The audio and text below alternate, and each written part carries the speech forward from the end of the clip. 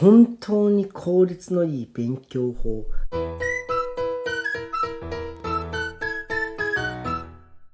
こんにちは。一生使える勉強法を書いているアッキーです。それでは今回は最高の本出版できましたについて解説していきます。この動画では僕が以前書いた読書革命の本と最近執筆した一生使える勉強法の本の中から本当に効率のいい勉強法と読書法を厳選して伝えます。この1本見るだけで2冊の本の内容が学べます。あなたは普段勉強や読書をしますか？読書は勉強法の中でも一番効率のいい方法です。しかし文章を読むのが苦手な人、一冊読むのに時間がかかりすぎている人は多いです。あなたは仕事や勉強をしていて思うような成果が出ないことや集中力がなくて続かないことってありますか？勉強をしていれば誰もがぶち当たる壁です。それを解決するには自分に合った勉強法を身につけることが重要です。この動画では成功するための勉強法や読書法のポイントを7個紹介していきます。知っているのと知らないのでは結果に大きな差がつきます。できるものからぜひ取り入れてください。この動画が勉強になった、もっと詳しく知りたいと思った人はいいねやコメントをください。またぜひ本の方も読んでもらえると嬉しいです。1個目、目標には必ず期限を設ける。あなたは目標を作るとき、目標だけで終わってないですか？いつまでに達成しますか？期限をしっかりと設けていますか？この言葉を絶対に覚えてください。締め切りのない目標は絶対に実現できない。人は基本的に怠け者です。普段の生活でも締め切りのない仕事って後回しにしないですか？期限を決めないといつまでもやらずに終わってしまいます。期限を意識することで達成のためのモチベーションが湧きます。期限があるとプレッシャーを感じる人は確かにいます。しかし人が成長するには適度なストレスやプレッシャーが大事です。人は適度なストレスがある方がパフォーマンスが向上する調査結果もあります。期限を設けることで人は絶大な力を発揮することができます。今現在勉強や仕事で目標がある人は今すぐに期限付きの目標に変えてください。2個目、同じ目標を持つ人とつながる。あなたには勉強仲間、仕事仲間がいますか？いなかったら絶対に勉強仲間を作ってください。勉強は一人でやるよりも仲間と取り組んだ方が効果があります。理由は2つあります。1つ目は仲間やライバルがいないとモチベーションの維持が難しいからです。切磋琢磨できるライバルがいることで自分も絶対に結果を出す、そう思うことができます。2つ目の理由は勉強している人に対して好意的ではない人がいるからです。あなたの周りにも勉強していることに対して批判的だったり、勉強しても意味なんかないよとバカにしてくる人っていないですか？勉強をバカにする人は無視してください。自分と同じような目標や自分よりも大きな目標を持っている人とつながってください。特にレベルの高い人と関わることで、その人がどのようなことを考えて、どのような姿勢で勉強に取り組んでいるのか参考にすることができます。ではどのようにして仲間を作ればいいのか。おすすめは SNS を使うことです。SNS で検索をすれば自分と同じような目標を持っている人がたくさん見つかります。別に会えなくてもネット上の友達でいいです。お互いを高め合って頑張りを共有できる仲間をぜひ SNS で作ってください。3個目、勉強しない日を絶対に作らない。何事も始めるよりも続けることが難しいです。筋トレでもダイエットでも最初はやったけど三日坊主で挫折してしまった経験ってないですか？継続は力にという言葉があるように大切なことは続けることです。忙しくてどうしてもできない日もあると思います。そんな時に全くしないのではなく30分だけ本を読む、1ページだけでも本を読む、少しでもいいです。手をつけることが大切です。どんな状況でも続けることで繰り返していくうちに大きな自信がついていきます。人は毎日 1% 成長できれば複利の効果かで1年後には約38倍に成長できます。そう思えば毎日少しでも行うことがどれほど大切なことかわかるはずです。世の中の成功している人たちは才能があるわけではないです。毎日コツコツと努力を積み重ねているからこそ成功しています。続かないと思っているあなた、まずは1日5分から始めてみてください。4個目、インプットとアウトプットの比率を意識する。普段あなたはどのようなインプットをしていますか？読書をしたりセミナーを受けてインプットしている人は多いです。その一方でアウトプットはできていますか？最良のインプットはアウトプットです。学んだことは必ず文章に書いたり人に話したり行動するといったアウトプットをしてください。アウトプットすることで初めて自分に定着します。またインプットとアウトプットには最適な比率があります。インプット3に対してアウトプット7の比率が最も効果的と言われています。この3対7の割合は脳科学の研究で判明している比率です。そもそもアウトプットっていうのはインプットよりも時間がかかります。自分が学んだことを他人に説明する場合、まずは自分の中で学んだ知識を整理する必要があります。そのためインプットをしたら必ずその倍以上のアウトプットをすることを常に意識してください。僕もアウトプットにフォーカスしています。本を読むよりも本を読んで学んだ内容を皆さんに伝える方が時間がかかります。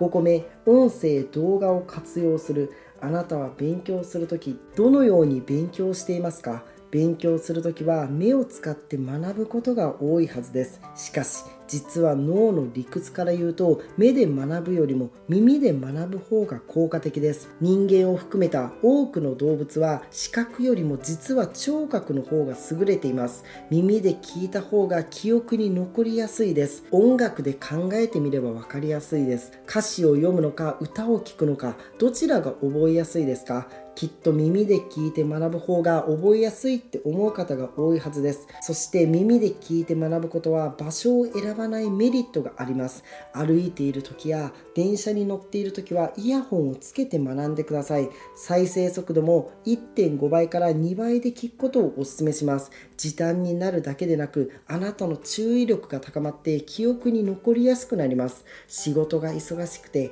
勉強ができないと言っているあなたも、通勤時間や移動する時間はあるはずです。ぜひその時間を効率的に使って勉強してみてください。6個目、読書の4つのメリット。なぜ本を読んだ方がいいのか。この4つのメリットがあるからです。この4つのメリットを理解した上で本を読んでほしいと思います。読書にはメリットが4つあります。1つ目のメリットは成功と失敗を学べることです。成功したい人は本を読んでください。失敗したくない人も本を読んでください。本を読むことで成功する方法と失敗した時の心構えを学ぶことができます。人っていうのは必ず失敗します。成功者たちも失敗をたくさんしています。本を読むことで失敗しないためにはどうすればいいのか、そして失敗した時どのように取り戻せばいいのか、これを学ぶことができます。2つ目のメリットは自己肯定感が高まることです。自己肯定感とは自分は価値のある人間なんだと自信を持つことです。自己肯定感を高めることで目標を達成できたり幸せを感じることができます。自己肯定感を上げるにはこれしかないです。毎日ポジティブないい言葉のシャワーを浴びることです。本には自己肯定感を上げるためのポジティブな言葉がたくさん書かれています。続いて3つ目のメリット、思考の軸が鍛えられる。思考の軸とは誰かに質問された時に自分の言葉で答えられる力のことです。僕たちっていうのは本を読むことで知識や情報を得ることができ、それを自分の頭の中で解釈することで思考の軸を鍛えることができます。思考の軸っていうのは仕事でもとても重要です。自分の意見を持つことが仕事では不可欠です。どんどん本を読んで自分の思考の軸を鍛えてください。続いて4つ目のメリットは、周囲に好印象を与えられる。読書について悪い印象を持っている人はほとんどいないです。親の背を見て子は育つという言葉がありますが、子供は親がしていることを身近に見ながら成長していきます。これは会社も同じです。部下は上司の背を見て育っていきます。勉強している、読書している姿を部下に見せれば、この上司は勉強家、いろんな知識を知っているという好印象を与えることができます。本を読むことで周囲の人からの評価を上げてください。続いて7個目、4つの読書法。読書が苦手な人は多いです。読書が苦手な人の中には、本を読むのに時間がかかってしまう人が多いです。全部読まないといけないと思って苦手意識を持っている人は多いです。しかし、本から知識を得るのに本を全て読む必要はないです。そんなことを言うと読書好きの人に嫌われるかもしれないです。でも本の内容を全部読んで全てを実際使うことは無理です。ここでは僕がやっている効果的な読書法を4つ紹介します。ぜひやってみてほしいと思います。1つ目は予測読みです。あなたは本を読むとき、いきなりページを開いていませんか？僕は開かないです。僕は予測読みをしてから本を開くようにしています。予測読みとは、本のカバーや帯やプロフィールなど本文ではないところから、この本は何が書かれているのか、内容を予測する読み方です。そして自分の仮説を立てます。この本はどのようなことが書かれているのか、きっとこれを書いてくる著者はどのようなことを伝えようとしているのか、当たってなくてもいいので、本を読む前にあなたなりの仮説を立ててください。続いて2つ目の読み方は断捨離読みです。断捨離読みでは、何を読むかではなくて何を読まないかを大切にします。例えば200ページの本であれば40ページ読めば十分だと考えます。他の160ページは捨てるイメージで40ページ読むことで仮説を立てて、残りの160ページを理解できるように考えてください。ではどうすれば重要な40ページを見極めることができるのか。